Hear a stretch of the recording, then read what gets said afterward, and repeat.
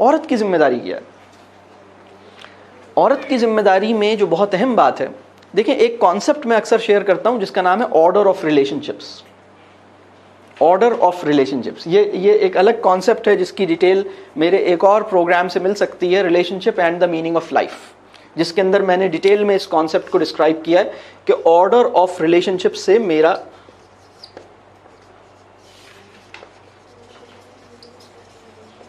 Order of relation ships. Order of relation ships کا مطلب یہ ہے کہ کون سا تعلق کون سے تعلق سے بڑھ کر اور اہم ہوگا. ٹھیک ہے، کون سا تعلق کون سے تعلق سے بڑھ کر ہوگا. تو اگر یہ کہا جائے ذمہ داریاں دونوں کی اور بھی ہیں، لیکن میں جو سب سے بڑی ذمہ داریوں کو بڑی براڈ کیٹیگریز میں کہہ لیجئے ڈیفائن کر رہا ہوں، یہ میں نے مرد کی جو بڑی سب سے اہم ترین ذمہ داریوں کے 2 براڈ ڈومینز میں نے بیان کر دیے. اسی طرح عورت کی ذمہ داری کے جو 2 بڑے براڈ ڈومینز میں بیان کروں گا وہ بھی سمجھ لیں کہ وہ سب سے بڑے ڈومینز جو میری نظر میں ہیں. آرڈر آف ریلیشن شپس پہلے میں بتاتا ہوں یہ کیا ہے. آرڈر آف ریلیشن شپس یہ ہے کہ آپ سب سے پہلے کون ہیں. سب سے پہلے آپ کیا ہیں؟ انسان. ٹھیک ہے، پھر آپ ایک عورت ہیں یا مرد ہیں اور مسلمان ہیں. ٹھیک ہے، اچھا ان کے بعد آپ کیا ہیں؟ چلیں یہ تو سب کے ہیں، ان کے بعد آپ کیا ہیں؟ تو اب آپ سب سے پہلے تو نکاح کے نتیجے میں جو پہلا کام ہوتا ہے وہ یہ کہ عورت کا order of relationships reset ہوتا ہے.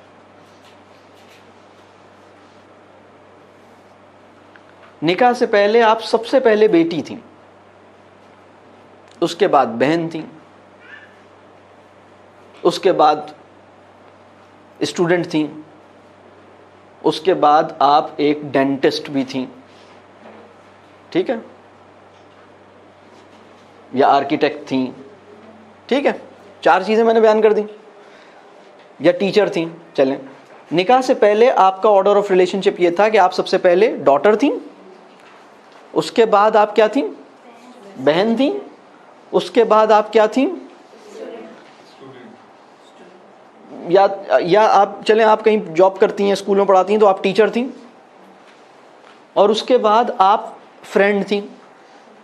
تو 4 رولز ہو گئے آپ کے. سب سے پہلے آپ بیٹی تھیں، پھر آپ بہن تھیں، پھر آپ ٹیچر تھیں ایک اسکول میں، اور پھر اس کے بعد آپ کسی کی دوست بھی تھیں. 2-3 آپ کی دوستیں تھیں، ان سے بھی آپ کنیکٹڈ تھیں. بات واضح ہو رہی ہے؟ اچھا، بہت ساری لوگوں کا آرڈر آف ریلیشن شپ بہت شروع میں ہی بگڑ جاتا. بامعنی زندگی آرڈر آف ریلیشن شپس کو سیدھا کرنے سے ممکن ہوتی ہے. آرڈر آف ریلیشن شپس اگر آپ کا غلط ہے تو آپ میننگ فل لائف سے بہت دور کھڑے ہیں، سچی خوشی سے دور کھڑے ہیں، اطمینان سے دور کھڑے ہیں، اور بامعنی زندگی سے دور کھڑے ہیں. میننگ فلنس، ہیپینس، اس سے دور کھڑے ہیں اگر آرڈر آف ریلیشن شپ ٹھیک نہیں ہے. یہ بات بہت ساری بچیاں نکاح کے بعد اپنا order of relation ship change نہیں کرتی، ٹھیک نہیں کرتی. میری بات سمجھ آ رہی ہے؟ کیونکہ نکاح ہے ہی ایک ایسا فریم ورک. تو عورت کی جو پہلی ذمہ داری ہے وہ یہ ہے کہ شوہر کو فالو کرے گی، اور شوہر کو ایسے فالو نہیں کرے گی کہ جیسے ایک باس کو فالو کرتے ہیں، یا مجبوراً کسی مطلب فوج میں جنرل کو فالو کرتے ہیں، یا کمشنر کو فالو کر رہے ہیں، یا کوئی ایسا پولیس والا ہے جس کو فالو کر رہے ہیں. اللہ کرے کہ وہ بھی سینسیبل آدمی ہو جس کو فالو کرنے کی آپ کو ضرورت ہے. لیکن فالو آپ دل کی خوشی کے ساتھ کریں گے، جیسے کہ آپ کسی مینٹور کو فالو کرتے ہیں، جیسے آپ اپنے محبوب کو فالو کرتے ہیں. بات واضح ہو رہی ہے؟ تو اس کی اگر ایک جملے میں کہا جائے کہ عورت کی سب سے بڑی ذمہ داری کیا ہے، کہ وہ اپنے شوہر کو فالو کرے گی.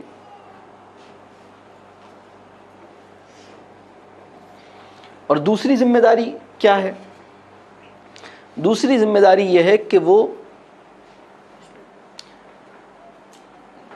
جو بھی معاملات ہیں اس کی سیکریسی یعنی جو ٹرسٹ اسے مل رہا ہے یا جو امانت اسے مل رہی ہے یا جو سیکرٹس اس سے شیئر ہوئے ہیں اس کی سیکریسی کو مینٹین کرے گی. کیونکہ یعنی یہ بہت اہم اس کی ذمہ داری ہے. بعض اوقات کیا ہوتا ہے یہ دونوں ذمہ داریاں نہیں نبھائی جا رہی ہوتی. بہت سی عورتیں جب مجھے اپنے پرابلمس میری لائف میں سینکڑوں مطلب میں 25 ایئرس کے میرے اس پورے کوئی کوارٹر سینچری کے اوپر پھیلا ہوا میرا یہ سارا سلسلہ ہے جہاں میں آپ کھڑا ہوں, تو سینکڑوں لوگ ہیں جن کی لائف کو میں نے بہت قریب سے دیکھا ہے, ڈسکشن ہوئی ہے. تو مجھے پتہ لگا کہ یہ جو خاتون ہیں یہ سب سے پہلے ڈینٹسٹ ہیں, اس کے بعد مدر ہیں, اور اس کے بعد تھوڑی سی بچ جاتی ہیں تو بیوی ہیں. کبھی بچ جاتی ہیں کبھی نہیں بچتی ہیں, اسی میں ہی پوری ہو جاتی ہیں. تو یہ آرڈر ہی چینج ہو گیا نا. بات واضح ہو رہی ہے؟ تو آپ نے جب آپ کا آرڈر صحیح ہوتا ہے تو آپ اسے فالو کرتے ہیں, آپ کے لیے وہ سب سے امپورٹنٹ ہوتا ہے, سب سے امپورٹنٹ یہ رول ہے. بات کلیئر ہو رہی ہے؟ نہیں تو آپ اسی غم میں رہیں گے کہ ہائے میرے والدین نے اور میں نے ساری زندگی سپنے دیکھے تھے بہت اچھا ڈینٹسٹ بننے کے. یعنی مسلم امہ کی سب سے بڑی ضرورت یہ نہیں ہے کہ ان کے دانت گوشت کو اچھی طرح چبا سکیں, ان کے انسائزرز اور مولرز صحیح سے پرفارم کر سکیں, وہ کون سے دانت طرح طرح کے ہوتے ہیں, اور ان کے مسوڑے اور ان کے داڑیں جو ہیں وہ صحیح چلیں.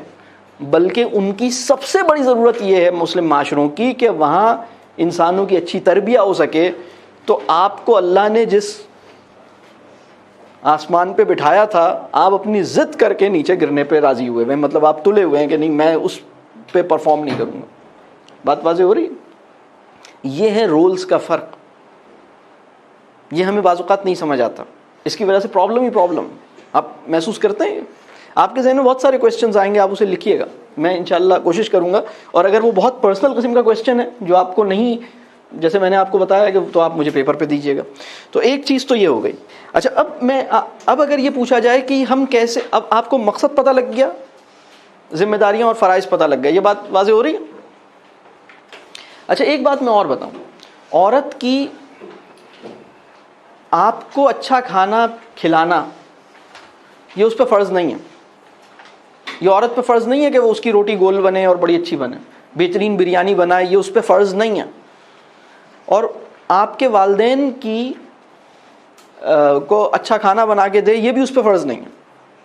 تو مرد کو, اگر مرد اس کو اس طرح دیکھے گا کہ یہ اس پہ فرض نہیں تھا, لیکن اس پہ فرض تو نہیں تھا لیکن اس نے زندگی میں 99% یا 98% آف دا ڈیز اس نے ہی مجھے کھانا بنا کے دیا ہے. کبھی کبھار ایسا ہوا ہے کہ کھانا نہیں بنایا, 90% اس نے بنایا, 80% اس نے, کبھی کبھار ایسا ہوا ہے کہ اس نے کہا ہے کہ بھائی میں آج نہیں بنا رہی, آپ باہر سے منگوائیں.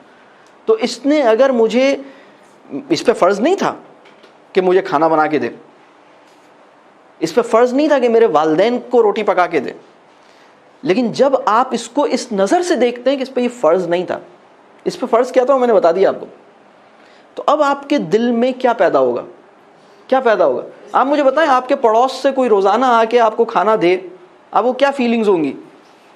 آپ اس سے کوئی بدتمیزی کر سکتے ہیں؟ آپ کے پڑوس سے کوئی آدمی آئے آپ کو روزانہ کھانا بنا کے دے دے, آپ اس سے کوئی رف بات کر سکتے ہیں؟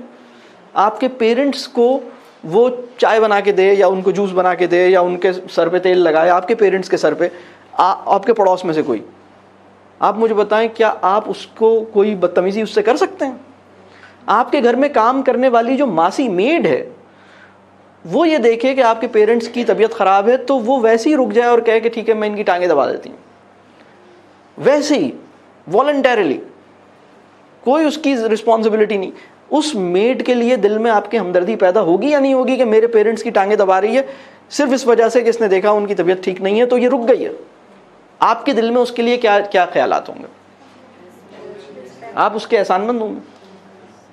اس کیفیت میں اللہ کرے کہ ہمارے مرد چلے جائیں. کیا خیال؟ نہیں, اس کیفیت میں مرد ہمارے گئے نہیں ہیں. وہ یہ کہہ رہے ہیں کہ تم نے ابھی تک میری امی کو, انہوں نے کہا تھا کہ تم بھنڈی گوشت بناؤ, اور تم نے لوکی گوشت بنا لیا ہے تو تمہارا دماغ تو صحیح ہے, تم نے بھنڈی گوشت کیوں نہیں؟ عجیب احمقانہ حرکتیں چل رہی ہیں. اور تم نے میرے لیے جو روٹی بنائی ہے ابھی تک گول روٹی نہیں, تمہاری تو روٹی صحیح نہیں ہے. ارے یار جیسی بھی تم, مطلب یہ اس کے ہاتھ کی پکی ہوئی روٹی کھانا آپ کا حق نہیں ہے. یہ بہت اہم بات ہے جو ہمارے یہاں مردوں کو سمجھ نہیں آئی ہے. لیکن الحمدللہ میں یہ نہیں کہہ رہا کہ عورت یہ کام نہیں کرے, میں یہ نہیں کہہ رہا کہ عورت یہ کام نہیں کرے. اگر عورت یہ کام کر رہی ہے, اور ہمارے معاشرے میں, مشرقی معاشرے میں 99% عورتیں اور لڑکیاں یہ کام کر رہی ہیں, تو اس کو ایک قدر کی حیثیت سے, ایک فیور کی حیثیت سے کہ بھائی تمہاری بڑی بات ہے, تمہاری بڑی بات ہے. اب وہ عورت جو آپ دیر سے آ رہے ہیں آفس سے, وہ بیٹھی ہوئی بھوکی آپ کے کھانے پہ انتظار کر رہی ہے, اور اس کو ہو گئے رات کے 10 بج گئے, اور آپ نے کال بھی نہیں کی کہ آپ نے کھانا کھا لیا راستے میں, اور آپ گھر آئیں اور وہ بیچاری بیٹھی ہوئی ہے, اور اس انتظار میں بیٹھی ہوئی کہ جب آپ آئیں گے تو گرم روٹی ڈالے گی, اور خود بھی کھانا نہیں کھایا ہے. تو یہ ظلم ہے کہ اس عورت کو, مطلب پہلی بات تو یہ آپ کو ایسا نہیں کرنا چاہیے تھا. دوسری بات یہ کہ آپ کو اگر کہیں کھانا کھانا تو آپ اسے کال کر کے کہتے کہ بھائی میں کھانا کھا رہا ہوں, تو تم میرا ویٹ نہیں کرنا. اور پھر تیسری بات یہ کہ میں کھانا کھا رہا ہوں, آج میں لے کر آؤں گا کھانا, کیونکہ میں باہر کھا رہا ہوں, تو تمہیں میں چاہتا ہوں تم بھی وہی کھاؤ جو میں کھا رہا ہوں, تو تم گھر میں کچھ نہیں کرو, میں تمہارے لیے لے کے آ رہا ہوں. تو یہ تو وہ نہیں کرتا. میری بات سمجھ آ رہی؟ اس کے نتیجے میں دیکھیے ناشکرا پن جو ہے, اس کے نتیجے میں پرابلمس پیدا ہو رہے ہیں, اور شدید پرابلمس پیدا ہو رہے ہیں. بات واضح ہو رہی؟ اگر میں کسی مرد سے یہ کہوں, مردوں کو تو پتہ ہی نہیں ہے نا کہ عورت کی ذمہ داریاں کیا ہیں. اگر میں کسی مرد سے یہ کہوں کہ تمہاری بیوی ایسے کون سے کام کرتی ہے جو اس پہ لازم نہیں ہے لیکن وہ پھر بھی کرتی ہے, اس کی فہرست بناؤ, تو مرد کو سمجھ نہیں آئے گا کہ کیا لکھے. لیکن میں اس کی فہرست بنا کے اسے دے سکتا ہوں کہ تمہاری بیوی یہ سارے کام کرتی ہے جو اس پہ فرض نہیں ہے. اسی طرح مرد بھی بہت سارے ایسے کام کرتا ہے جو اس پہ فرض نہیں ہے, جس کا بیوی کو احساس نہیں ہوتا. لیکن میرا انالیسس یہ ہے کہ عورت زیادہ خدمت کرتی ہے, مرد اتنی خدمت نہیں کرتا, لیکن پھر بھی مرد بھی کچھ ایسے کام کرتا ہے جو بہرحال وہ کر لیتا ہے, اور اس کی ایکنالجمنٹ اور اس کا شکریہ نہیں ملتا اسے. بات واضح ہو رہی ہے؟ تو قرآن نے ایک لا بتایا, تم شکر ادا کرو تو میں بڑھا دوں گا. ہر وہ نعمت آپ اپنی بیوی کی خوبصورتی اور حسن کو فیل کریں اور اللہ کا شکر ادا کریں کہ یا اللہ آپ کا احسان ہے, میری بیوی کتنی خوبصورت بنائی ہے, اس کی خوبصورتی اور بڑھ جائے گی انشاءاللہ. آپ اپنے اسپاؤس کی صحت کا شکر ادا کریں, اللہ اس کو اور بڑھا دے گا. آپ اپنی صحت کا شکر, یا اللہ آپ کا کتنا احسان ہے, آپ نے مجھے صحت دی, میں اپنی ٹانگوں پہ چل رہا ہوں, مجھے میرے 2 ہاتھ دیے ہیں, میری 2 آنکھیں دی ہیں, اس کا شکر ادا کریں, اس کو فیل کریں. آپ کے ہاتھ اور زیادہ چلیں گے, آپ کی ٹانگیں اور اچھی ہو جائیں گی, آپ کی آنکھیں اور اچھی ہو جائیں گی. شکر ادا کریں, جو نعمت بھی آپ کو حاصل ہے اس کا شکر ادا کریں, اس میں برکت ہو جائے گی انشاءاللہ. اس وقت پرابلم یہ ہے کہ یہ احساس نہیں ہے. اچھا ایک اور بات, جب ایک بچی کی شادی ہوتی ہے اور ہماری سوسائٹی میں اس کو ایک گھر میں آنا عموماً آتے ہیں, اور جوائنٹ فیملی دین کا پروپوزڈ فیملی آرڈر نہیں ہے. دین کا جو پروپوزڈ فارم, یعنی یہ بالکل واضح سمجھ لیں, جوائنٹ فیملی کے اپنے کچھ فیوز و برکات بھی ہیں, جوائنٹ فیملی کی اپنی کچھ میرٹس بھی ہیں اور کچھ ڈی میرٹس بھی ہیں. لیکن جوائنٹ فیملی, اگر آپ جوائنٹ فیملی میں, اس پہ اللہ کا شکر ادا کریں, اس کے اندر ایڈجسٹ کریں, اس پہ ناراض نہیں ہو کہ مجھے علیحدہ کیوں نہیں رکھا. لیکن اگر آپ علیحدہ ہیں تو آپ اس کا بھی شکر ادا کریں. لیکن جوائنٹ فیملی دین کی طرف سے کوئی کمپلشن نہیں ہے. دین کا جو پروپوزڈ فیملی اسٹرکچر ہے وہ جوائنٹ فیملی نہیں ہے. لیکن اگر آپ اپنے سرکمسٹانسز میں ایک جوائنٹ فیملی میں رہنے میں ہی ایک لائف اس طرح سیٹ ہوئی ہے تو ٹھیک ہے, اس کو ایک احسن طریقے سے لے کے چلیں, اس کو اچھے طریقے سے لے کے چلیں. اب یہاں پرابلم یہ ہوتا ہے کہ ایک لڑکی, میرے پاس بہت ساری بچیاں, میری اپنی ایک بہت اچھی اسٹوڈنٹ, بہت زیادہ مجھ سے میرا تعلق اور ہمارے ساتھ بہت اٹیچڈ کنیکٹڈ تھی, اس کی شادی ہوئی, بہت اچھی بچی, اور اس کے کچھ عرصے کے بعد, کوئی 1-1.5 سال کے بعد ویسی ہماری ملاقات ہوئی, ہمارے گھر پہ آئی ہوئی تھی, ہم لوگ بات چیت کر رہے ہیں, میں نے ویسی چند باتیں پوچھی تو وہ بہت پریشان تھی, اور اس نے خیر جب میں نے پوچھا بھائی خیریت تو ہے, تو اس نے کہا کچھ ایک آدھ بات اس کی ہمیں محسوس ہوا کہ وہ کوئی پرابلم ہے, تو مجھے لگا کہ وہ کوئی مسئلہ چل رہا ہے. میں نے پھر پوچھا یہ بتاؤ یہ جو تمہارا شوہر ہے اس سے تمہیں کوئی مسئلہ ہے؟ تو انہوں نے کہا اس سے تو کوئی مسئلہ نہیں. اور یہ وہ پوائنٹ ہے, ہمارے معاشرے کی بہت ساری لڑکیوں نے اپنی میرائٹل لائف اپنے شوہر کی وجہ سے خراب نہیں کی ہے, بلکہ ایک اور عورت کی وجہ سے خراب کی. میں نے ان سے پوچھا تم خوش کیوں نہیں لگ رہی, پرابلم کیا ہے؟ اب چونکہ ظاہر سی بات ہے کہ ہم نے اس کو بہت پہلے سے دیکھا ہوا تھا, اور ہمیں دیکھ کے اندازہ ہو جاتا ہے کہ بھائی یہ خوش نہیں ہے. تو جب اس سے پوچھا تو پتہ لگا, اب جب فردر پوچھا وہ بتا نہیں رہی تھی, تو میں نے میرا ایک ریلیشن شپ ہے, میں نے کہا نہیں مجھے تو بتاؤ. تو پھر خیر اس نے مجھے بتایا کہ بھائی وہ جو مطلب ان نٹ شل یہ ہے کہ وہ ساس کے ساتھ کوئی ایشو چل رہا تھا کہ ساس یہ کرتی ہیں وہ یہ کرتی ہیں, وہ کچن کے اندر یہ یوں ہو جاتا ہے وہ یوں ہو جاتا ہے. تو میں نے کہا یہ بتاؤ جس آدمی سے تمہاری شادی کی گئی تھی اس سے کوئی مسئلہ تو نہیں ہے؟ نہیں وہ تو بہت اچھا ہے.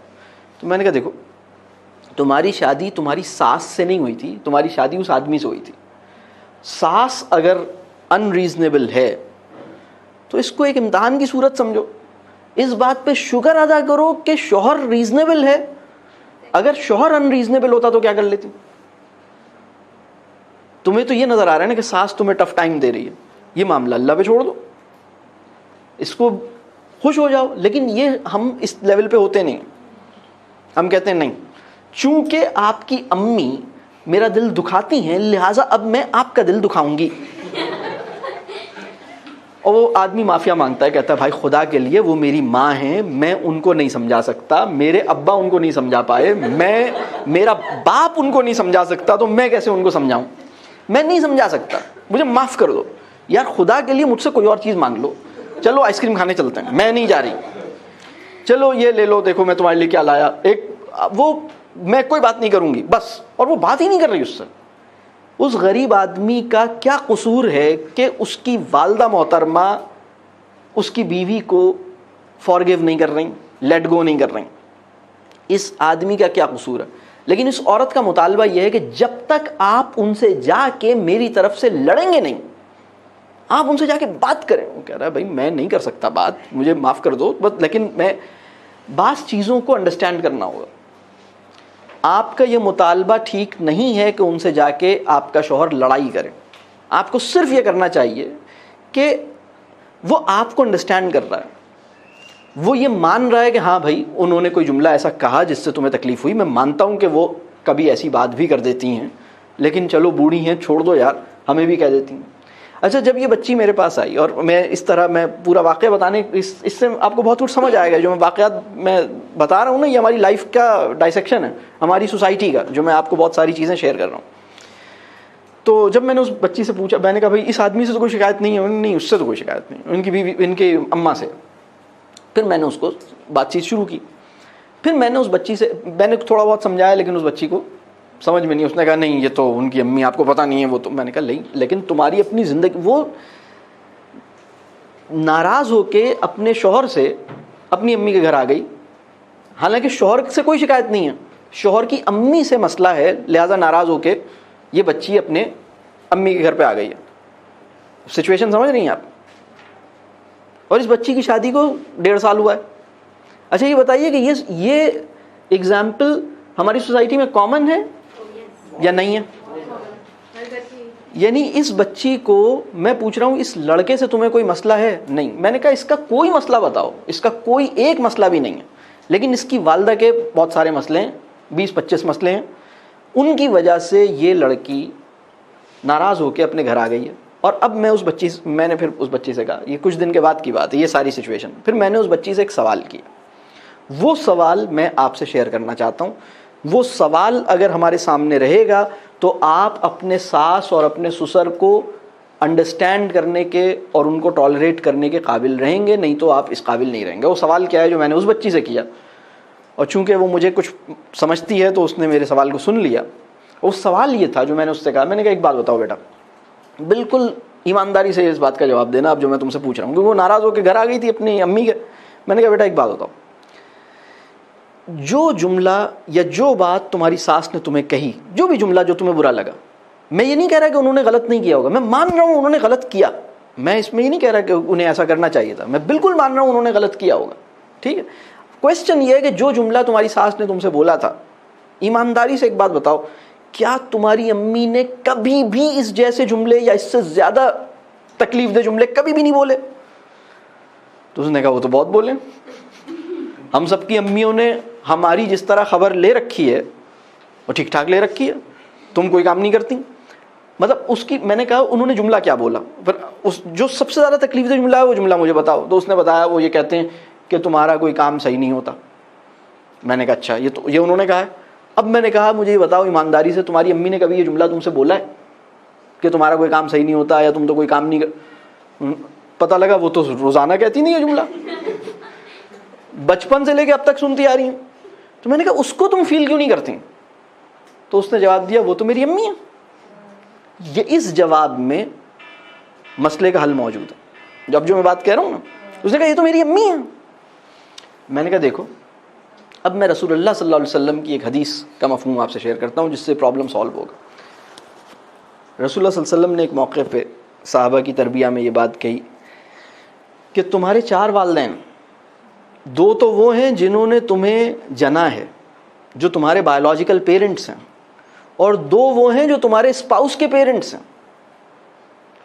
تو خدمت تو تم پر ان 2 کی فرض ہے جو تمہارے بایولوجیکل پیرنٹس ہیں, لیکن احترام تم پہ 4 کا فرض ہے. وہ جو جواب دینا اور الجھنا, بھائی اگر ہم صرف ایک اصول بنا لیں کہ جس لیول پر میرے پیرنٹس مجھ سے سخت بات کرتے تھے, کم از کم اتنی سخت بات تو اپنے ساس سسر کی میں فیل نہیں کروں گا. اگر ہم یہ طے کر لیں, آپ کہیں بھائی میری امی یا میرے ابو مجھے کہہ دیتے تھے یہ تو ہر وقت ضائع کرتی رہتی ہے, کیا تمہیں کبھی نہیں کہا؟ انہوں نے کہا وہ کہا. میں نے کہا اگر تمہارے سسر تم سے یہ جملہ کہہ دیں کہ بھائی یہ تو وقت ضائع کر رہی ہے, تو تم پاؤں پٹک کے فوراً اپنا سوٹ کیس نکال کے سارے کپڑے رکھ کے سیدھی پہنچ جاؤ گی اپنی امی کے گھر. تو تمہارے ابو بھی تو یہ جملہ کہتے تھے تمہیں, تمہاری اپنی امی بھی تو یہ جملہ کہتی تھی, کیا خیال؟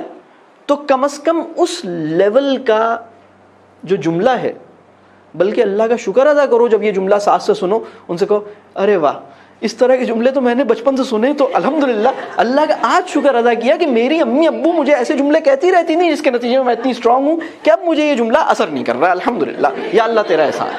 اگر میری امی اور میرے ابو نے مجھے پھول کی طرح رکھا ہوتا تو مجھے کتنا زیادہ فیل ہوتا. یہ تو کچھ سنے سے جملے ہیں جو بچپن سے سن رہی تھی. تو آپ اسٹرانگ ہو جائیں گے.